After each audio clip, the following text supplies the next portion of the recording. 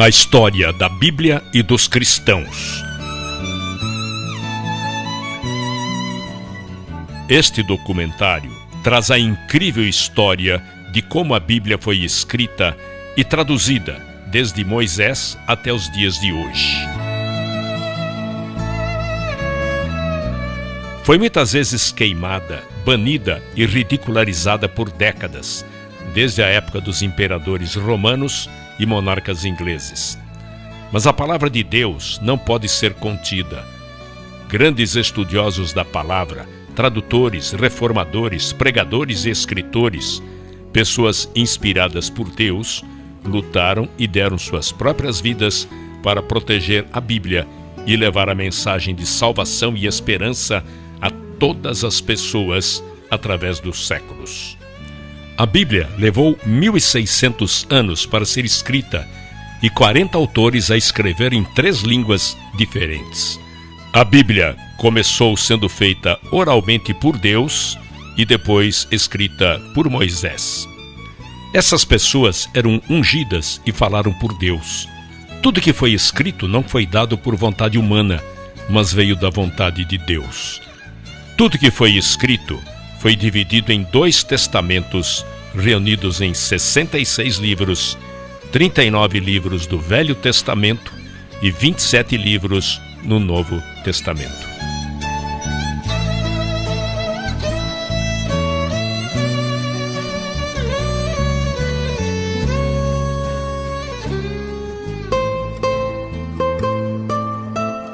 "300 anos antes de Cristo, Cânon, o Velho Testamento. A palavra cânon significa coleção de livros que constituem a Bíblia. A Bíblia antiga no Velho Testamento não difere da que temos hoje. Eles tinham apenas 22 livros na Bíblia, entretanto, eram os mesmos 39 livros que temos hoje no Velho Testamento. Não só os livros de Moisés foram escritos nos anos de 1500 a.C., o livro de Jó foi escrito 400 anos antes disso. Em 586 a.C., quando os babilônios vieram assolar aquela terra, queimaram tudo o que podiam queimar no templo e puseram abaixo todas as rochas que o constituíam. Eles mantiveram os hebreus cativos por 70 anos e, quando voltaram do cativeiro, foram espalhados por todo o mundo. Construíram pequenas sinagogas no qual podiam ensinar e dar instruções. Para isto, se fazia necessária uma Bíblia para cada sinagoga, e isto os levou a uma nova constituição, a dos escribas. A escrita era primitiva, e não havia letra minúscula, e nem sinais de pontuação. Não havia espaço entre as palavras, e eles escreviam do lado direito do papel para a esquerda. Eles eram exigentes, se autorregulavam da seguinte forma: podiam usar apenas peles de animais limpos. Cada página não podia ter menos que 48 linhas e nem mais que 60. A tinta usada deveria ser preta e de uma receita especial, e deveriam pronunciar cada palavra em voz alta que estava sendo escrita. Deveriam limpar a caneta e se lavar por inteiro antes de escrever a palavra Jeová. Toda vez que escreviam, deveriam ter uma revisão em 30 dias. As letras, palavras e parágrafos deveriam ser contados. Os manuscritos só poderiam ser guardados em lugares sagrados. Antes da invenção da imprensa, este processo sacrificante contribuiu para a notável precisão das escrituras quando comparadas com as recentes descobertas arqueológicas. 250 a.C., a influência grega. Quando Alexandre o Grande conquistou o mundo, era uma época de racionalismo filosófico. Haviam estrelas como Platão, Sócrates e Aristóteles. O homem vivia se questionando, mas eles não tinham respostas para as próprias perguntas. Deixavam na mente humana um vácuo, um vazio, algo que precisaria ser preenchido. Quando Alexandre morreu em 323 a.C., o mundo se tornou bilíngue e o grego era a segunda língua mais falada.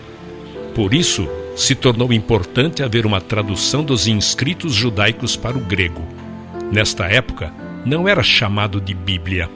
Por volta do ano 285 a.C., havia vários judeus que faziam parte da subcultura egípcia. Demétrios de Palerum, responsável pela mundialmente famosa biblioteca em Alexandria, perguntou ao rei Ptolomeu Filadélfio do Egito se ele conseguiria a tradução da lei judaica para a biblioteca. Para realizar isto, o rei liberou 100.000 escravos judeus que ele tinha em seu domínio e os enviou juntamente com presentes para o sumo sacerdote Eleazar em Jerusalém. Assim, Eleazar fez o seu pedido. Ele desejava que fossem selecionados 6 sábios de cada uma das 12 tribos, somando assim 72 homens. Esses sábios deveriam ir a Alexandria para realizar esta tradução, e assim foram enviados e foram bem recepcionados. Em 72 dias, eles traduziram todo o Torá. Este trabalho ficou conhecido como Septuaginta, que em grego significa 70. Esta tradução, portanto, foi feita antes da vinda de Jesus. No período de 300 a 400 anos antes de Cristo, praticamente não existia mais profetas, e a palavra de Deus era escassa. Por isso, alguns livros escritos neste período foram considerados apócrifos ou não canônicos, por não serem considerados inspirados por Deus. 0 antes de Cristo a 90 depois de Cristo. A compilação do Novo Testamento. Se pegarmos o primeiro século e vermos os fatos, teríamos 3 situações. O primeiro seria o período da verdade viva, no tempo em que Jesus viveu. Suas palavras foram importantes. Ele era poderoso em palavras e atos. Suas palavras eram oráculos e seus atos milagres. O segundo período seria do ano 33 aos 50 depois de Cristo. Eles não se preocuparam em escrever, pois acreditavam que ele voltaria em breve. Mas quando se chega no período de 50 a 90 depois de Cristo, é o período da comunicação escrita. Foi nesta época que certas condições ocorreram que se exigia a escrita de cartas, e estas cartas se tornaram a base do Novo Testamento. Hoje, estes manuscritos do Novo Testamento estão guardados na Universidade de Manchester, na Inglaterra. A Bíblia nos foi dada em fragmentos e os paleógrafos tiveram que juntar vários fragmentos para que tivéssemos uma cópia completa.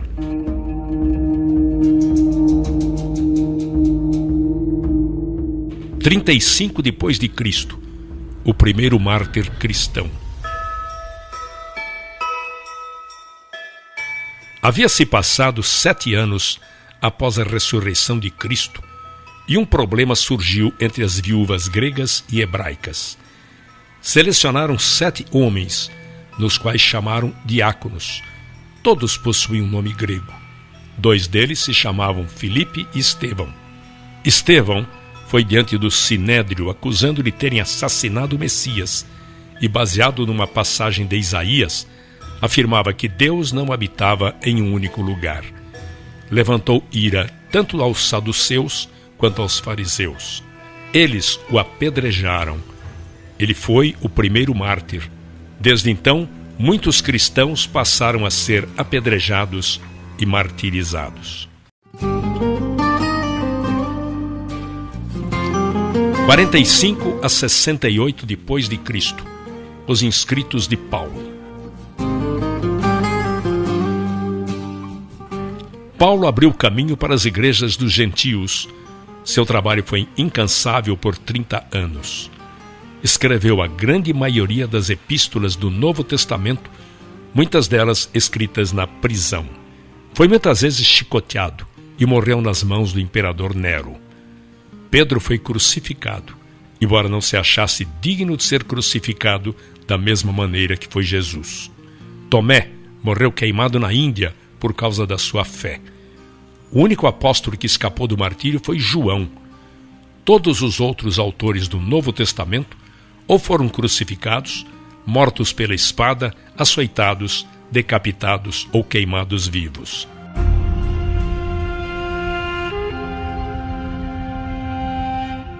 A expansão. Entre os anos 100 e 450 depois de Cristo, houve uma grande expansão do cristianismo em Roma. Havia em Roma muitas congregações separadas, mais de 40 congregações, encontradas logo após a última perseguição. Nesta época, os cristãos poderiam ser encontrados no Império Romano como na distante Inglaterra. Nesta época, cresciam não só numericamente, mas penetravam verticalmente através de cada segmento social. Nesta época, a igreja primitiva tinha em comum a Bíblia e não sobreviveriam sem ela. De 80 a 303 depois de Cristo, a construção do Coliseu e a perseguição aos cristãos. O Coliseu em Roma começou a ser construído em 72 depois de Cristo pelos Vespasianos e foi concluído pelo seu filho Tito no ano 80 depois de Cristo e era usado principalmente para os sacrifícios dos cristãos. Uma série de 10 perseguições ocorreu contra a igreja. A perseguição romana começou no ano 64 depois de Cristo, ocasionada por Nero. Nero colocou fogo em Roma e culpou os cristãos por isso. Nero os queimara à meia-noite para que servissem de tocha para a cidade. Casas eram lotadas de cristãos e em seguida incendiadas.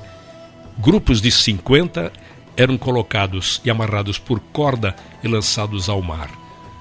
Todas estas ações de Roma eram para acabar com a influência dos cristãos. Existiam 4 razões para as perseguições. Primeiro, era política. Os cristãos se reuniam à noite em lugares clandestinos e tinham medo de que formassem grupos políticos. Segundo, era religiosa. Eles se recusavam a oferecer incenso no altar para César. Terceiro, social. Eles tinham uma maneira de vida distinta. Acreditavam que todos os homens eram iguais. Para os romanos, era Nero numa extremidade e o restante da população na outra extremidade da escala social. Quarto, razão financeira. Os romanos viviam também de fabricar estátuas e esfinges, pequenas imagens de idolatria da deusa Diana. A última das séries de 10 perseguições foi realizada em 303 depois de Cristo por Diocleciano. Diocleciano ascendeu socialmente pela via militar e se tornou comandante do imperador Caro. Com sua ascensão ao poder, Diocleciano pôs um fim à crise do terceiro século. Indicou um oficial, seu colega militar, Maximiano, para o cargo de Augusto, na prática, co-imperador, e indicou Galério e Constâncio como Césares, co-imperadores de menor estatura. Sob este sistema de tetrarquia, ou governo de 4, cada imperador tinha autoridade sobre 1/4 do império, embora fosse um governo conjunto.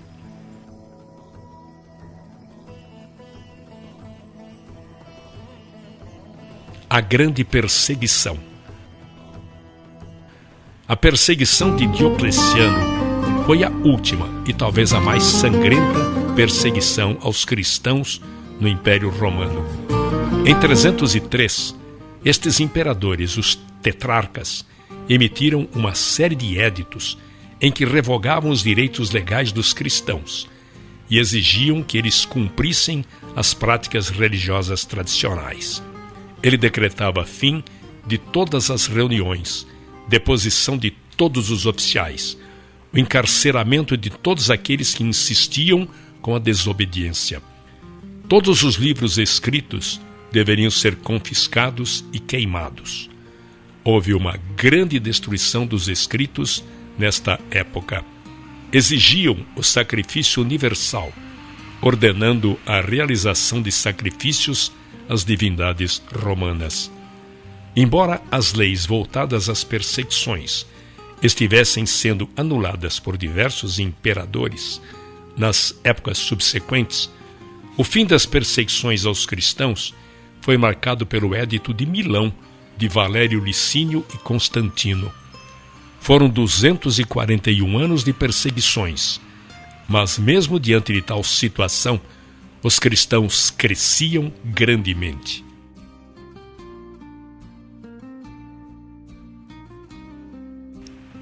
O fim das perseguições.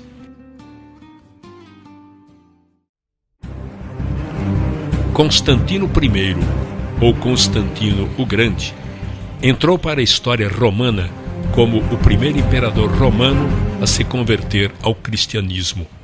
Contudo, fica em aberto a seguinte questão: será que ele teria feito isso por pura devoção ou fora uma jogada política? Constantino, antes de se tornar cristão, era um homem devoto ao culto dos deuses romanos. No ano de 312, na noite anterior a uma batalha, Constantino tivera um sonho no qual aparecia uma cruz e nela estava grafada a seguinte frase: sob este signo vencerás. Com isso, antes da batalha começar, Constantino ordenou que os seus soldados pintassem o tal símbolo cristão em seus escudos, e de certa forma isso acabou lhes trazendo sorte, e eles venceram a batalha. Outras versões dizem que não fora um sonho, mas uma visão. Constantino, andando pelo acampamento, teria visto uma cruz no céu. Depois desta vitória, Constantino mostrou interesse em se converter ao cristianismo. Em 313, Constantino, juntamente com o novo imperador do Oriente, assinaram o Édito de Milão, no qual proibia a perseguição aos cristãos e legaliza o culto dos cristãos. A fundação de Constantinopla e união da Igreja e governo. Em 330, ele fundou a cidade de Constantinopla como sua nova capital para o Império, e ela se tornaria no futuro o principal centro intelectual e cultural do mundo cristão. Assim, Constantino decretou a construção de uma nova capital, nas margens do Bósforo, onde havia a antiga fortaleza grega de Bizâncio, num ponto de grande importância estratégica.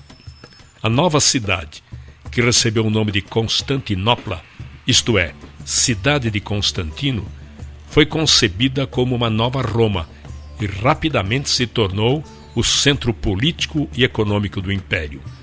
Sua criação teve repercussões também no plano eclesiástico. Enquanto em Roma a Igreja Católica adquiriu mais autoridade, em Constantinopla o poder civil controlou a Igreja.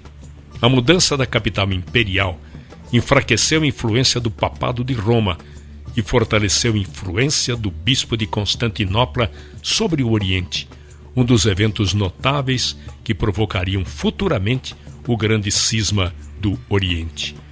Constantinopla é o antigo nome da cidade de Istambul, na atual Turquia. –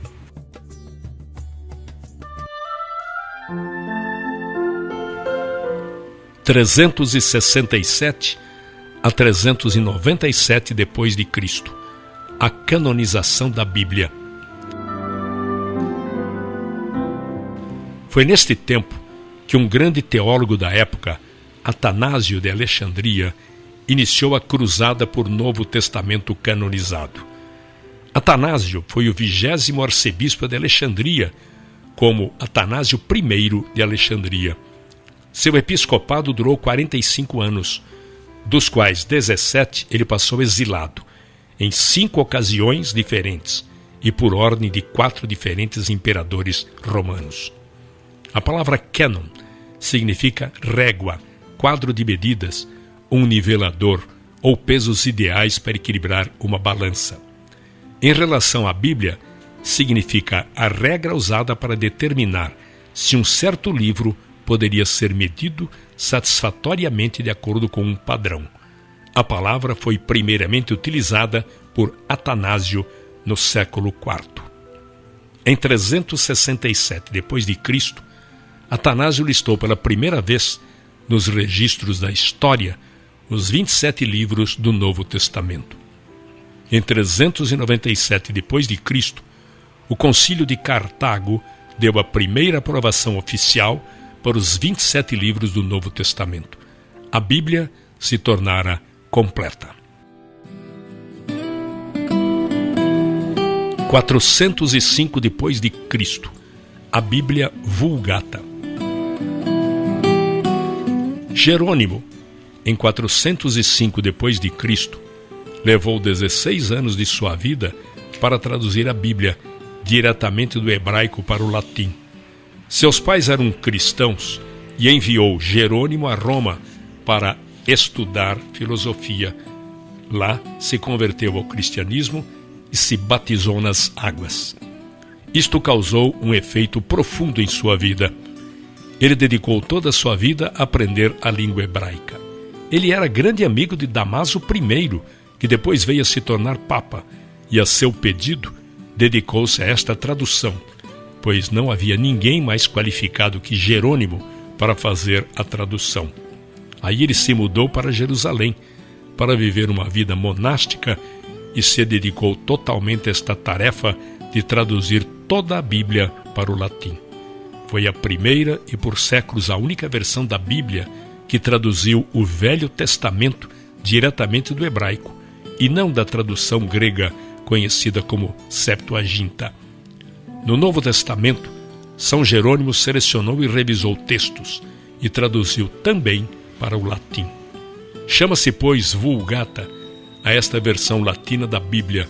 Vulgata quer dizer edição, tradução ou leitura de divulgação popular, que foi usada pela Igreja Católica Romana durante muitos séculos e ainda hoje é fonte para diversas traduções.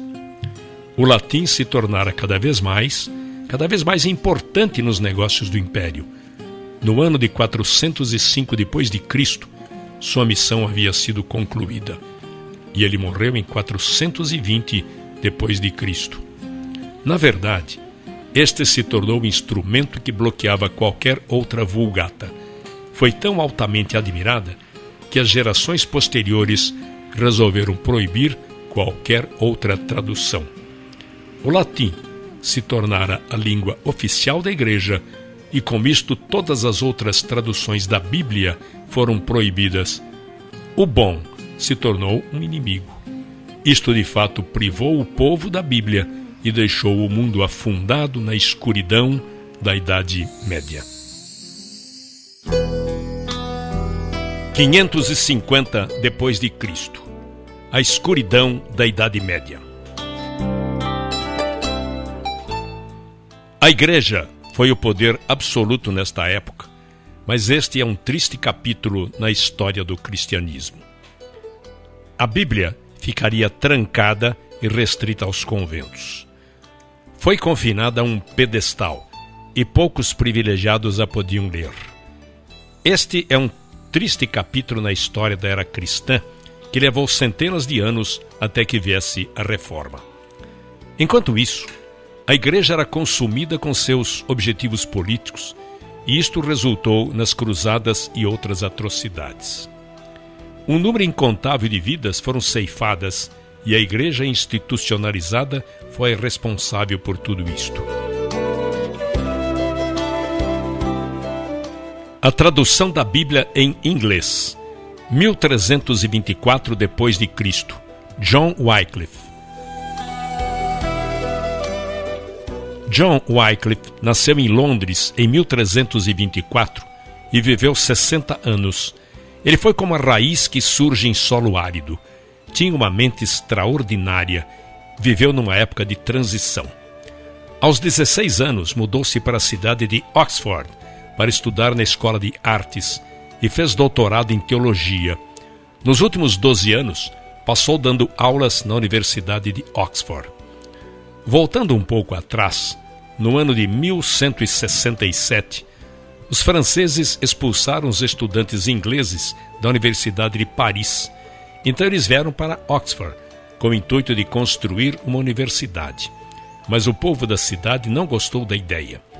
A não aceitação era tão grande que um grupo de universitários resolveu não ficar lá e foram para Cambridge e construíram aí outra universidade.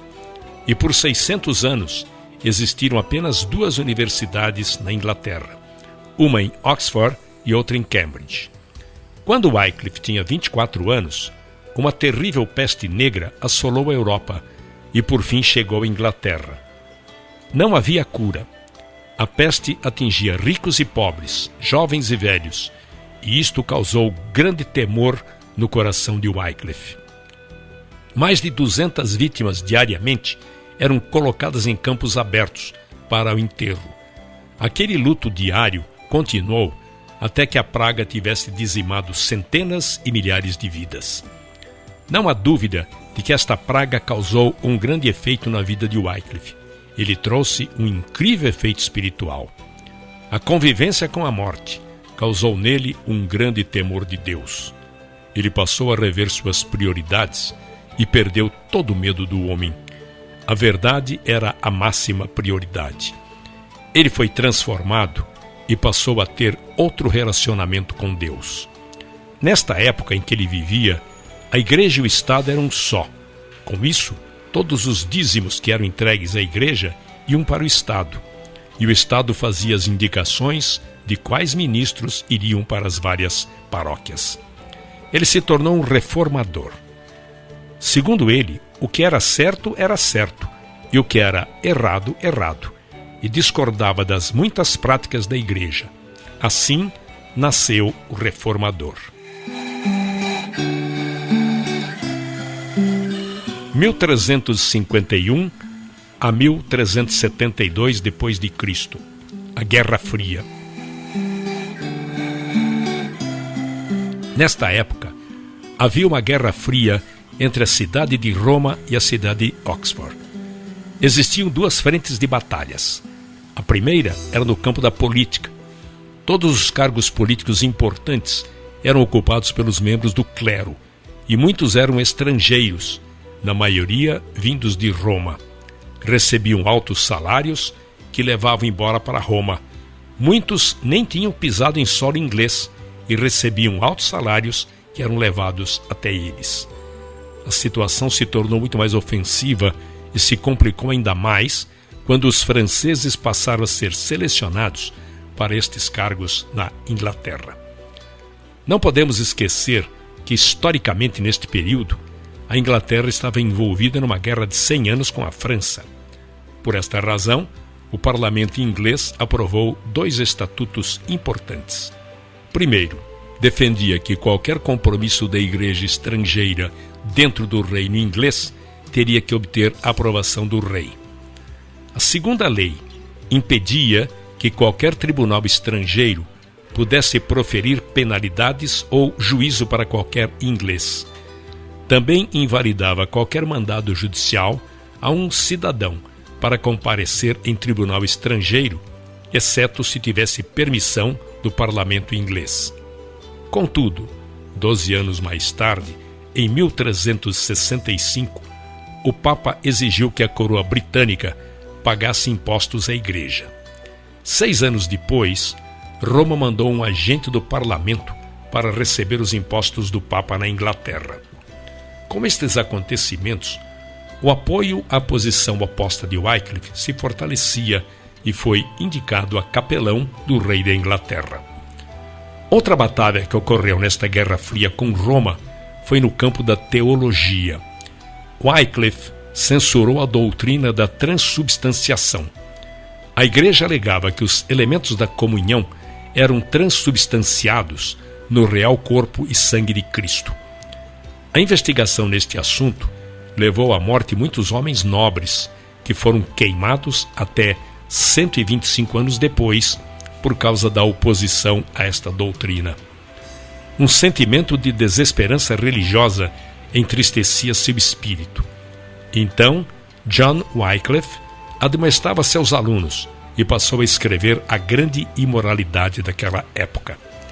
Não deveremos nos esquecer de que naquela época não havia máquinas impressoras.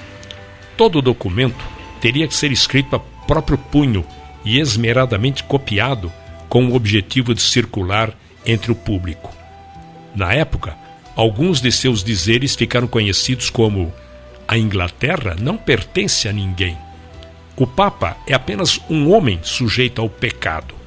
Mas Cristo é o Senhor dos senhores, e este reino é sustentado diretamente e unicamente por Cristo. O maior feito de Wycliffe ainda estaria por vir. Traduziria a Bíblia para o inglês, numa linguagem do homem comum, mas precisaria passar pela fúria de uma igreja ofendida.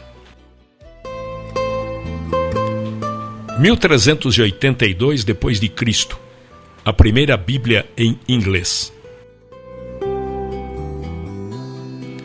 Em 1378, Wycliffe e alguns de seus discípulos começaram a traduzir a Bíblia para o inglês.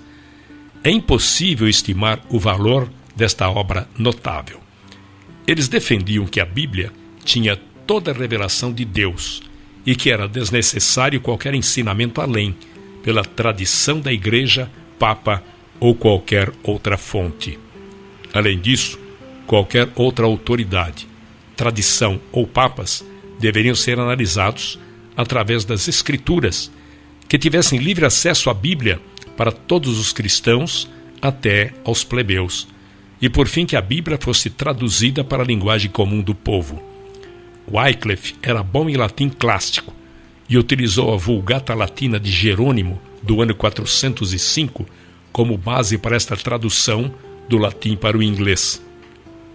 Não sabemos quanto tempo durou esta tradução. Sabemos que iniciou quando lecionava em Oxford e terminou em 1380 o Novo Testamento. Wycliffe sabia que terminaria seus dias numa masmorra, numa das 7 colunas de Roma ou numa fogueira em Londres.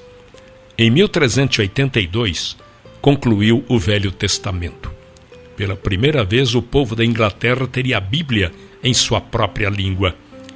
Para reproduzir uma de suas Bíblias, toda escrita à mão, levou 10 meses. Estas Bíblias custavam algo de 30 a 40 libras, ou seja, 9.600 centavos. Lembre-se de que, nesta época, uma galinha poderia ser comprada por 2 centavos e um porco por 4 centavos. As pessoas traziam um peso de feno para poder adquirir o Novo Testamento por um dia. Alguns davam o valor de um dia de trabalho para pagar uma página da Bíblia. Através de Wycliffe, foi liberada uma força incrível na Inglaterra e trouxe luz à escuridão. Os discípulos de Wycliffe pegaram a Bíblia traduzida por ele e como uma semente a plantaram por toda a Inglaterra. Em 1428, seus ensinamentos se alastraram de tal forma que a Igreja censurou seus escritos, desenterraram seus ossos, os queimaram e os lançaram num rio. Eles queriam apagar de uma vez por toda a influência de sua heresia.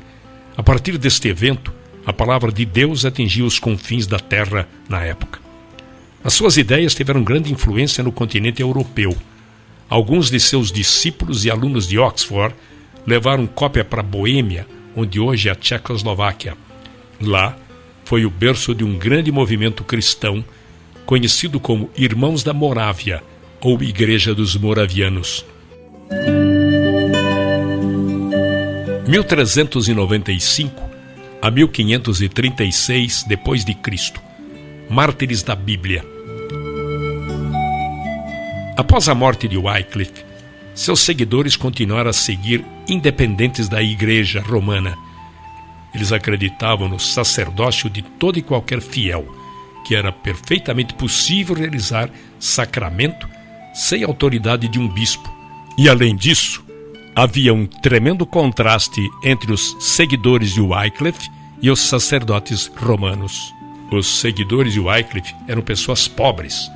Os sacerdotes romanos tinham uma opulência que os tornavam claramente contrastantes. Quando saíam para pregar, pregavam usando a linguagem do povo.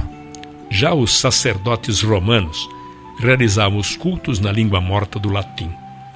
Isto proporcionou que a Bíblia fosse rapidamente disseminada na Inglaterra. tornaram-se tão fortes e corajosos que passaram a pregar cartazes com lemas em todos os lugares. Em 1395, fizeram uma solicitação ao Papa para abolir o celibato, a transubstanciação, as preces aos mortos e oferendas às imagens. Na verdade, eles pegaram um folheto escrito por Wycliffe sobre as 12 conclusões e os pregaram em todos os locais públicos, incluindo a Catedral de São Paulo e a Abadia de Westminster. Isso causou um alvoroço entre os bispos e o clero e significava uma blasfêmia contra a Igreja. Em 1399, o bispo de York associou-se ao rei Henrique VI. Foi ele quem indicou e colocou a coroa neste novo rei. E disse para ele que, para consolidar o trono, teria que conciliar o clero e sacrificar os lollardos.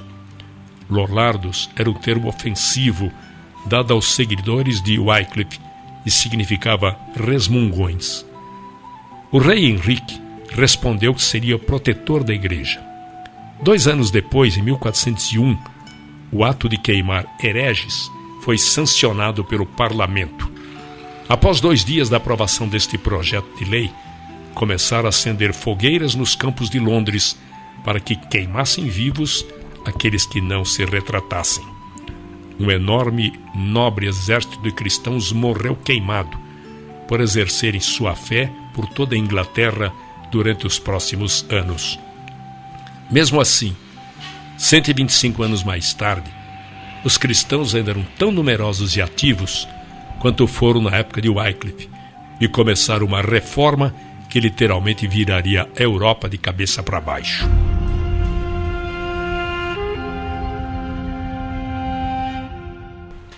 Em 1456 depois de Cristo, fim da Idade Média. O fim da Idade Média e o início do Renascimento são os marcos desse período.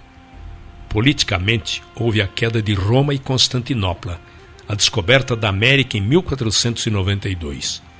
Religiosamente, um marco foi a conversão de Constantino e a publicação de um Novo Testamento em grego. A queda de Constantinopla foi um evento histórico que, segundo alguns historiadores, marcou o fim da Idade Média na Europa e também decretou o fim dos últimos vestígios do poderoso Império Romano, agora dividido e chamado de Império Bizantino. A conquista da capital Constantinopla pelo Império Otomano, sob o comando do sultão Maomé II, ocorreu em 29 de maio de 1453. A cidade de Constantinopla foi renomeada oficialmente para Istambul pela República da Turquia em 1930. Apenas 3 anos após a queda de Constantinopla, a primeira Bíblia foi impressa em Mayence, na Alemanha, em 15 de agosto de 1456.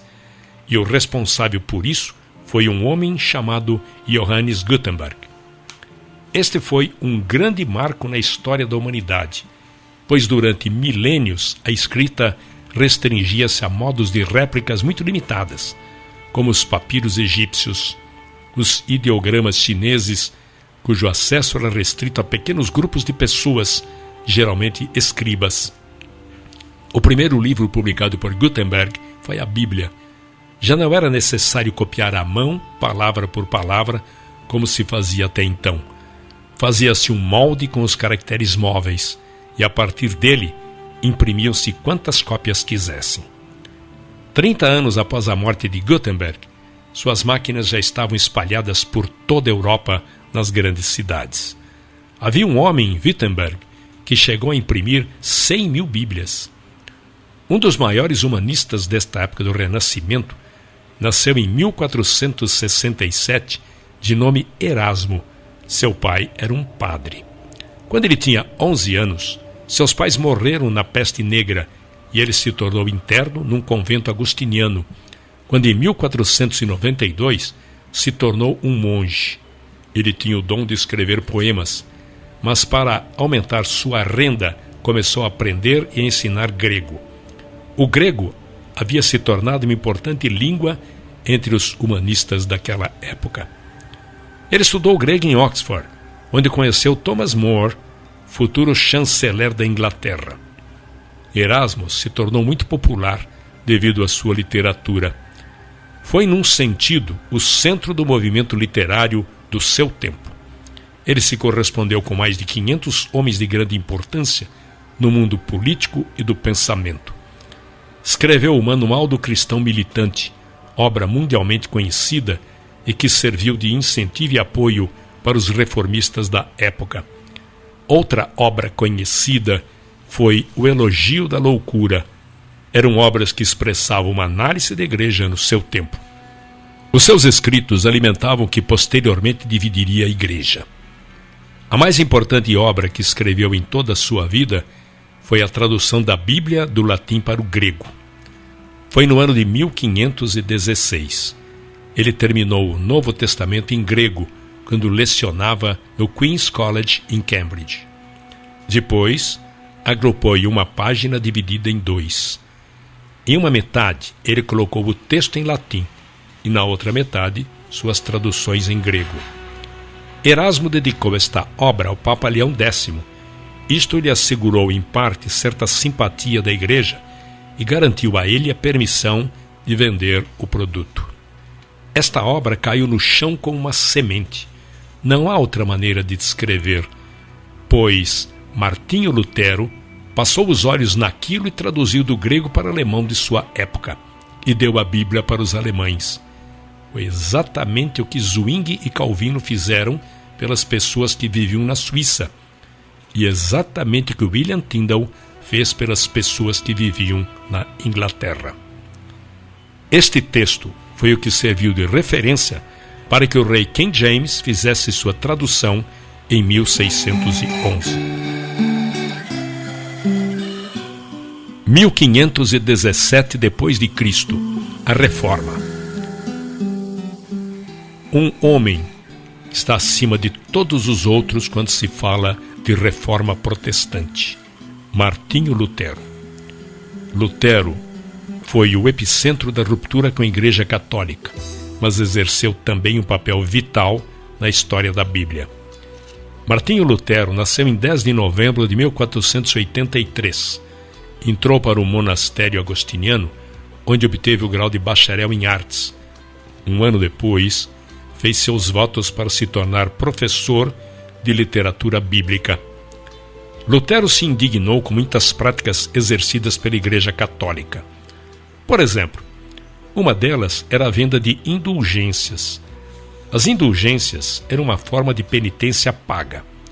As pessoas compravam um pedaço de papel que lhes permitia o direito de cometer pecados. O grau de cada um era determinado pelo preço que pagavam. Foi a combinação desta e de muitas outras coisas que resultaram nas 95 teses afixadas na porta da igreja de Wittenberg em 1517. Nestas teses, ele atacava veementemente a igreja e discordava de qualquer doutrina que não fosse fundada nas Escrituras. Na Alemanha, em 1521, Lutero queimou publicamente a bula papal e a sua literatura se tornou bastante ativa. A obra mais importante de Lutero foi a tradução do Novo Testamento em grego de Erasmo para o alemão. Lutero não foi o único responsável pela reforma europeia. João Calvino foi o responsável por traduzir a Bíblia para o povo da Suíça. Se o luteranismo ou protestantismo nasceu em Wittenberg, então o presbiterianismo nasceu em Genebra. João Calvino era um teólogo francês, nascido em 10 de julho de 1509. Foi um humanista, nunca foi ordenado sacerdote. Depois de seu afastamento da Igreja Católica, foi porta-voz do movimento protestante, pregando em igrejas e acabando por ser reconhecido por muitos como padre. Fugiu para Genebra em 1536, onde faleceu em 1564. Genebra tornou-se definitivamente um centro do protestantismo europeu, e João Calvino permanece até hoje uma figura central na história da cidade e da Suíça. Quando Martinho Lutero escreveu suas 95 teses, em 1517, Calvino tinha 8 anos de idade, e a forma de protestantismo que ele ensinou e viveu é conhecida pelo nome de calvinismo. Calvino era incomparável na área da doutrina. Em 1542, havia o surto da peste negra em Genebra. A peste negra permanecia um fenômeno incompreensível. Para lidar com a epidemia, era normal que se multiplicassem os casos de feitiçaria e de rituais para combater a peste. Assim, os rebeldes cristãos, os protestantes, eram perseguidos e acusados de bruxos e feiticeiros. Muitos eram queimados vivos, eram os culpados pelas desgraças e castigos de Deus. Não há dúvidas de que, quando se fala em reforma, pensamos na Alemanha de Martinho Lutero, na Suíça de João Calvino, na Escócia de John Knox e na Inglaterra, Thomas Bilney. Bilney nasceu por volta de 1495 na Inglaterra. Era aluno do Trinity College, especializado em direito canônico. Teve acesso à Bíblia proibida de Erasmo. Reunia-se num bar para estudar e discutir a Bíblia entre seus amigos. Muitos se tornaram seus seguidores. Um deles chamava-se William Tyndale, que posteriormente veio traduzir o Novo Testamento do grego para o inglês. William Tyndale foi um pastor protestante, mestre em artes pela Universidade de Oxford. Traduziu a Bíblia para o inglês moderno. Seu objetivo foi fazer o Novo Testamento, um livro tal que todo menino de arado pudesse tê-lo e se tornasse mais conhecedor das Escrituras que o próprio clero. Esta é uma frase de Tyndale que ficou muito conhecida. Apesar de numerosas traduções para o inglês, parciais ou completas terem sido feitas a partir do século VII, a Bíblia de Tyndale foi a primeira a se beneficiar da imprensa, o que permitiu uma ampla distribuição. Foi em Cambridge que Tyndale descobriu o poder regenerador da Bíblia. Lá se uniu ao grupo de estudos liderado por Bilney. Ele sabia que este despertar estava restrito a Cambridge, em função da cultura. Assim, a razão de sua vida e a causa de sua morte foi traduzir a Bíblia para a linguagem do homem comum. Tyndale era um excelente erudito em grego e também um grande debatedor das Escrituras. Uma vez, um religioso provocou Tyndale dizendo: melhor viver sem a lei de Deus do que a do Papa. Tyndale retrucou: eu desafio o Papa e todas as suas leis, se Deus poupar minha vida por muitos anos, e farei com que um menino que conduz o arado saiba mais sobre as Escrituras do que você. Tyndale ficou conhecido como o pai da Bíblia inglesa. Apelou para o bispo de Londres para que revogasse a lei contra os lollardos, que proibia o uso da Bíblia que não fosse latim, mas foi em vão. Tyndale então resolveu se exilar na sua terra natal e rumou para Wittenberg, na Alemanha, para terminar a tradução do Novo Testamento. Lutero e Tyndale ficaram amigos e ligados pelo mesmo lema, só nas Escrituras. A cidade se tornou um refúgio para o foragido. Em 1525, finalmente, conseguiram imprimir clandestinamente no interior da Alemanha algumas destas cópias finalizadas do Novo Testamento. Acharam que seria mais fácil contrabandear estes livros dentro de sacos de farinha que estavam sendo importados pela Inglaterra. Assim, milhares destas Bíblias de Tyndale estavam atingindo a costa da Inglaterra.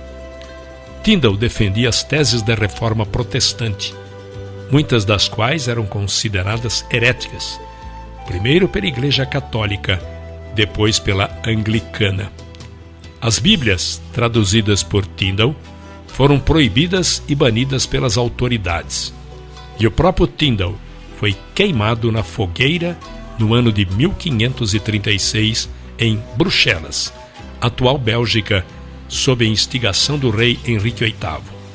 Suas últimas palavras enquanto queimava foram: Senhor, abra os olhos do rei da Inglaterra, o que de fato aconteceu anos depois. 1526 depois de Cristo. queime-os. A oposição que surgiu ao movimento da reforma na Inglaterra vinha da Igreja Oficial, da Coroa e do humanismo. Muitos homens bons e tementes a Deus perderam suas propriedades, definharam na prisão e muitos morreram queimados em postes. Todos eram considerados culpados por possuir ou distribuir o Novo Testamento de Tyndale ou mesmo levantar fundos para as operações de Tyndale. Em 1532, Smithfield era o lugar ou campo escolhido na Inglaterra onde as pessoas eram levadas e queimadas em praças públicas por crimes religiosos. Multidões de pessoas foram sacrificadas, submetidas à dor. Eram humanos como nós. Seus ossos eram frágeis. Muitos eram fortes, outros caíam no desespero. Alguns deles não eram levados contra a vontade.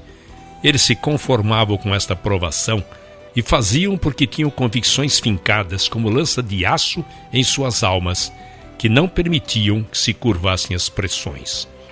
Alguns eram homens fortes, robustos e valentes.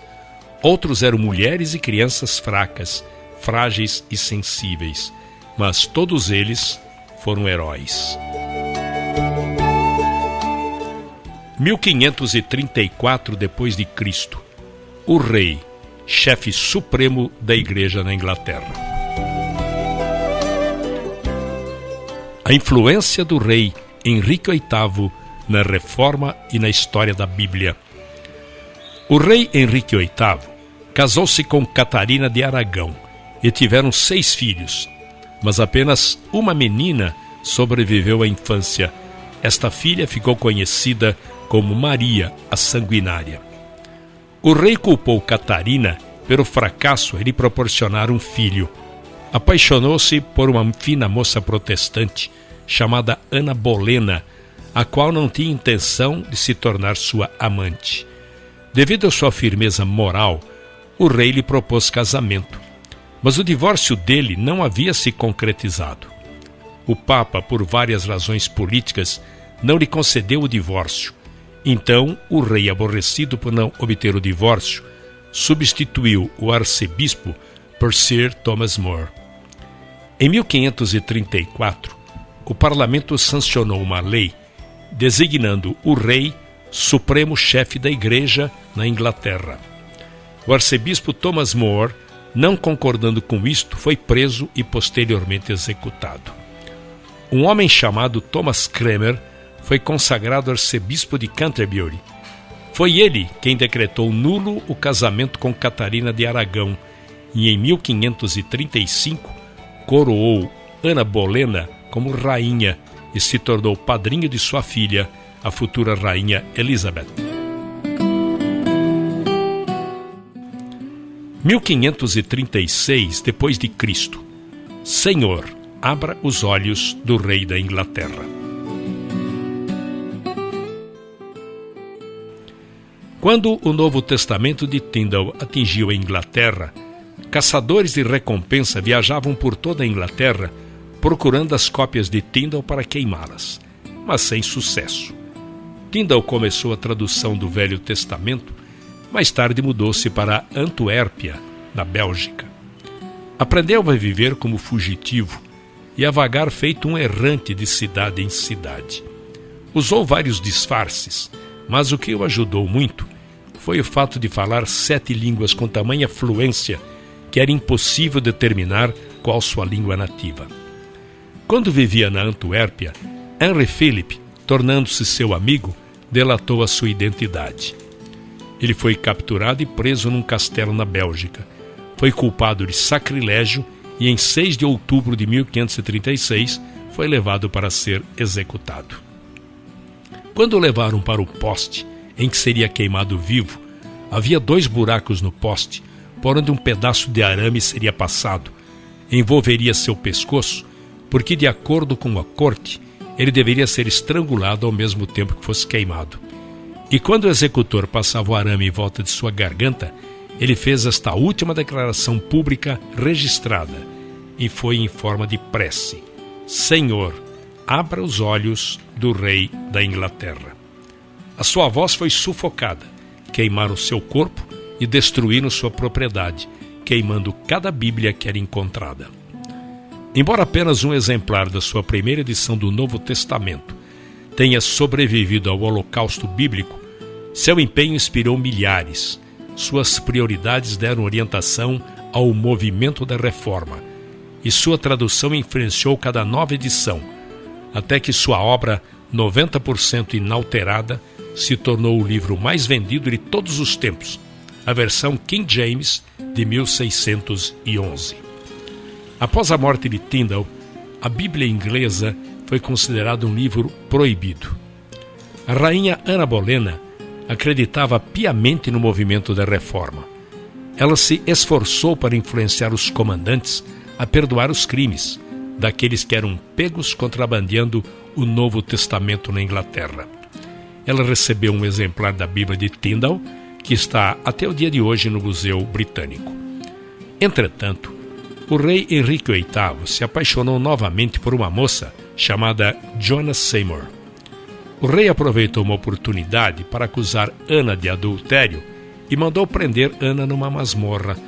Foi condenada à morte e executada, decapitando sua cabeça com um golpe de machado.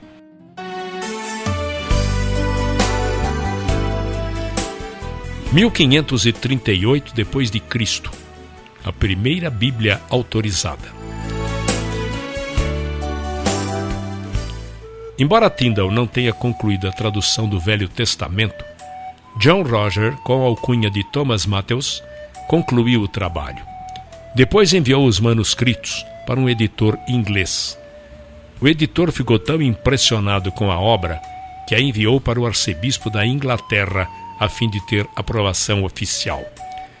O arcebispo exibiu o manuscrito para o rei Henrique VIII e ele miraculosamente deu a aprovação oficial para a edição de uma Bíblia inglesa na Inglaterra pela primeira vez. A Bíblia de Matthews nada mais é do que a Bíblia de Tyndale.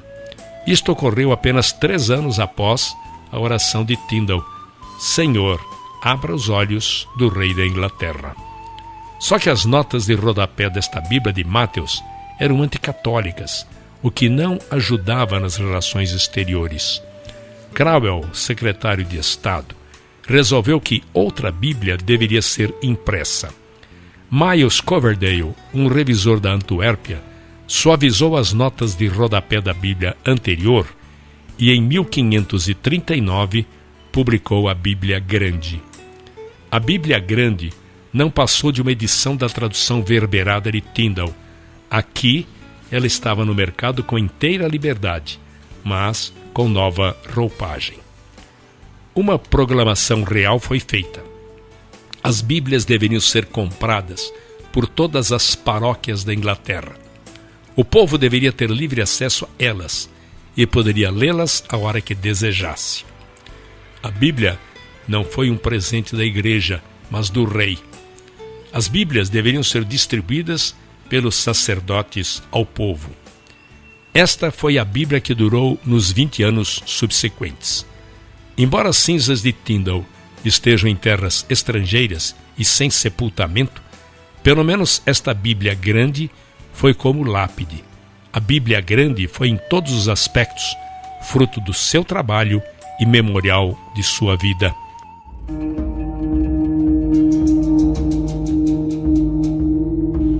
A ira de Maria Sanguinária. Henrique VIII foi marido de 6 mulheres, amante de muitas concubinas e pai de muitos filhos ilegítimos. Apenas 3 filhos legítimos sobreviveram à infância: Maria, Elizabeth e Eduardo. Em 1546, Eduardo se tornou herdeiro do trono aos 9 anos de idade. Tinha ele influência da doutrina reformadora e era um verdadeiro protestante. Contudo, sua saúde era fraca e após 6 anos no trono, faleceu. A filha mais velha, Maria, assumiu ou herdou o trono. Foi totalmente oposta ao seu irmão. Era filha de Catarina de Aragão e tinha na sua mente as lembranças infelizes que ocorreram com sua mãe. Como o casamento de sua mãe foi considerado ilegal, ela foi tida como filha bastarda. Muitas vezes serviu de dama de companhia a sua irmã Elizabeth. Tinha 20 anos de idade quando sua mãe morreu. Teve uma vida muito atormentada. Maria apresentava um temperamento dócil no início do seu reinado, mas as atitudes e pressão mudaram. O fervor religioso se tornou evidente. Uma nuvem negra pairou sobre a causa dos reformistas na Inglaterra. Ela jurou vingança ao arcebispo Cranmer, que havia aprovado o divórcio de sua mãe com o rei, tornando-a ilegítima e mudado a religião da Inglaterra para o protestante. Prendeu todos os bispos que apoiaram seu pai. A leitura da Bíblia voltou a ser proibida na Inglaterra. E muitos reformadores migraram para outros países da Europa, como Genebra, na Suíça, pois muitos estavam sendo perseguidos, presos e queimados na Inglaterra. Alguns anos mais tarde, após mais de 300 pessoas terem sido condenadas à morte na fogueira, Maria Sanguinária morreu devido a uma enfermidade. Em 17 de novembro de 1558, Elizabeth, sua meia-irmã, subiu ao trono. Elizabeth repetiu tudo que seu meio-irmão Eduardo tinha feito. Cada paróquia deveria ter um exemplar da Bíblia completa e suspendeu a perseguição aos cristãos.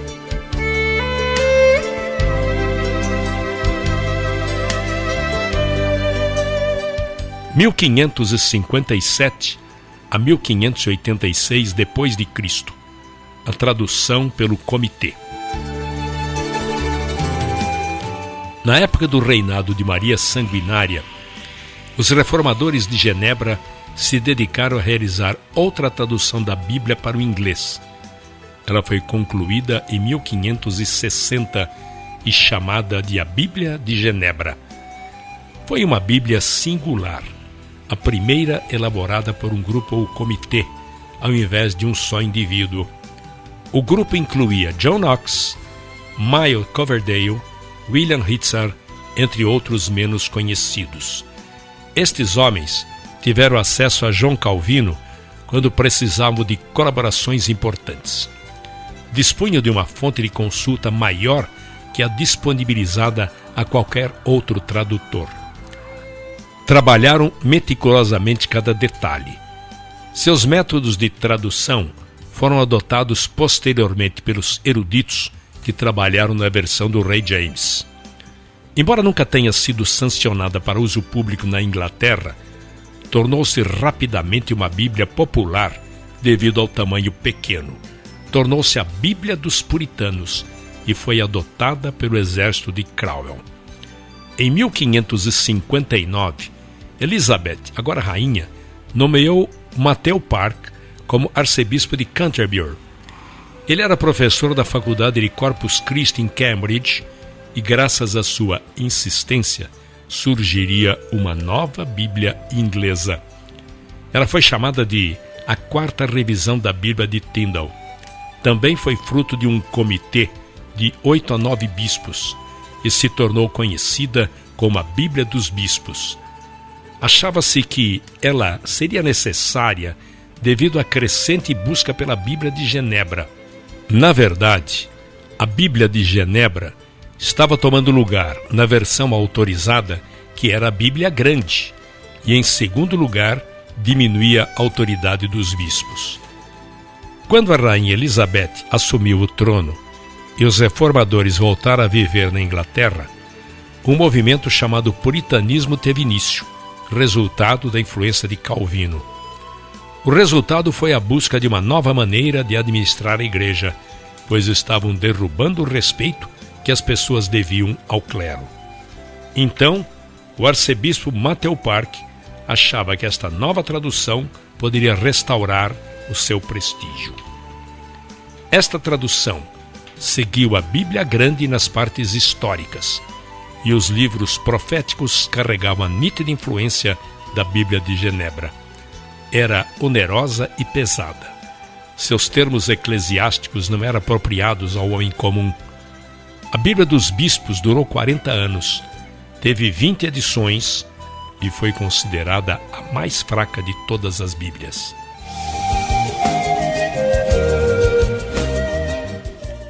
Em 1611 depois de Cristo, o livro mais vendido de todos os tempos. Elizabeth morreu, e como não deixou filhos, Jaime VI da Escócia, filho de Maria Stuart, se tornou herdeiro do trono inglês. Foi criado com fortes convicções protestantes e convertido por John Knox, era presbiteriano por convicção.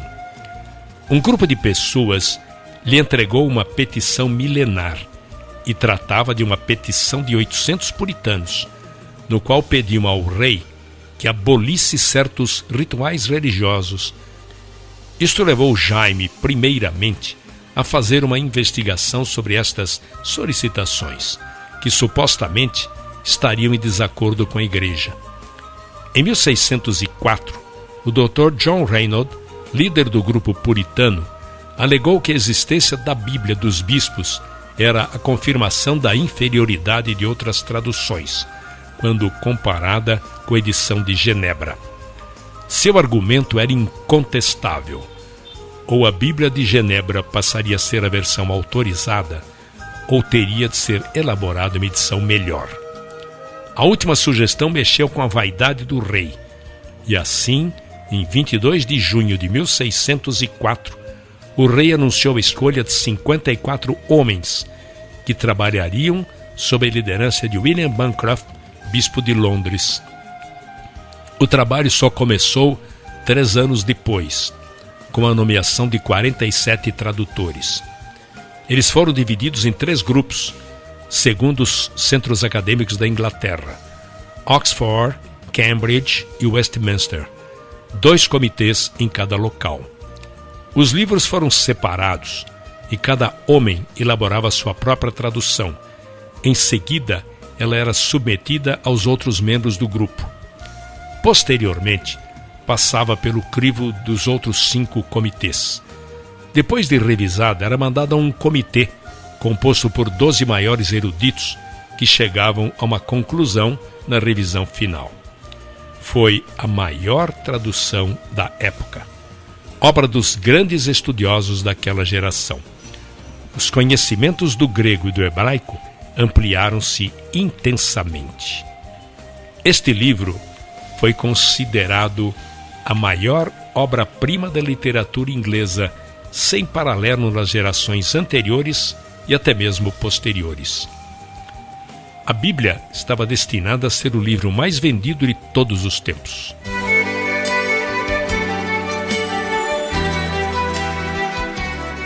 Em 1580 a 1620 depois de Cristo, os peregrinos. Em 1580, um jovem chamado William Brewster frequentava a faculdade em Cambridge. Adotou a doutrina dos puritanos. Brewster desempenhou papel fundamental na formação de uma nova colônia que formaria uma nação. William Brewster se tornou amigo de outro jovem cujo nome era William Bradford. Em 1602, eles andavam 19 quilômetros até um vilarejo chamado Gainsborough para louvar a Igreja Separatista. A congregação se considerava uma instituição independente e distinta que deveria somente prestar contas a si mesma. Esta posição lhes custou a perseguição do Estado. Brewster, entre muitos congregados, seguiu para Amsterdã como exilado. Lá, Brewster se tornou médico. Nesta época, a Holanda era famosa pela tolerância religiosa e atraiu muitos grupos religiosos perseguidos. Lá se tornaram pessoas honestas, trabalhadoras e escrupulosas. Chegaram ao número de 100 pessoas. Como eram pessoas simples, solicitaram permissão para morar a 56 quilômetros da cidade de Leiden e fazer uma colônia entre eles. A permissão foi dada e permaneceram neste vilarejo próximo a Leiden pelos 11 anos seguintes. Foram modelo de caráter, chegaram ao número de 300. No decorrer do tempo, ficou evidente que teriam de se mudar mais uma vez. Eram muitos os fatores. Era difícil ganhar a vida nesse novo mercado. Os jovens estavam se alistando no exército dos Países Baixos e alguns cedendo às tentações da cidade. Pelo fato de serem uma minoria, corriam o risco de serem absorvidos pela comunidade. Para completar, a perseguição estava começando a alcançá-los. 2 livros escritos pelos peregrinos chegaram à Inglaterra e Jaime I queria levá-los a julgamento. Todas estas circunstâncias contribuíram para a escolha da nova terra. Existia um movimento de incentivo à migração, onde eles teriam direito sobre uma extensão de terra obtidos da London Company com direito à autonomia.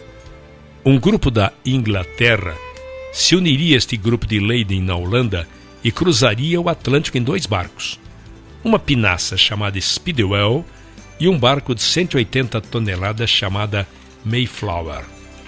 A jornada ao Novo Mundo teve início em 5 de agosto de 1620. Devido às grandes turbulências e problemas que enfrentaram na viagem, 18 passageiros resolveram interromper a migração para a nova terra e retornaram. Foi resolvido que todos os que seguiriam dali para frente fariam num único barco, no Mayflower. 180 pessoas da igreja de Amsterdã migraram para Virgínia, nos Estados Unidos, em março de 1619, mas apenas 50 chegaram ao seu destino. O excesso de passageiros, as tempestades e as doenças fizeram com que esta viagem quase se tornasse uma tragédia. O Mayflower parou na enseada de Plymouth, em Collins Hill, em 1620. É interessante notar que a Bíblia que os peregrinos trouxeram para a Nova Terra não foi a versão Rei James, mas preferiram a Bíblia de Genebra. Foi das palavras desta Bíblia que tiraram determinação e força. A Bíblia foi o sustentáculo nos momentos de grandes dificuldades, e muitas dificuldades ainda estariam por vir.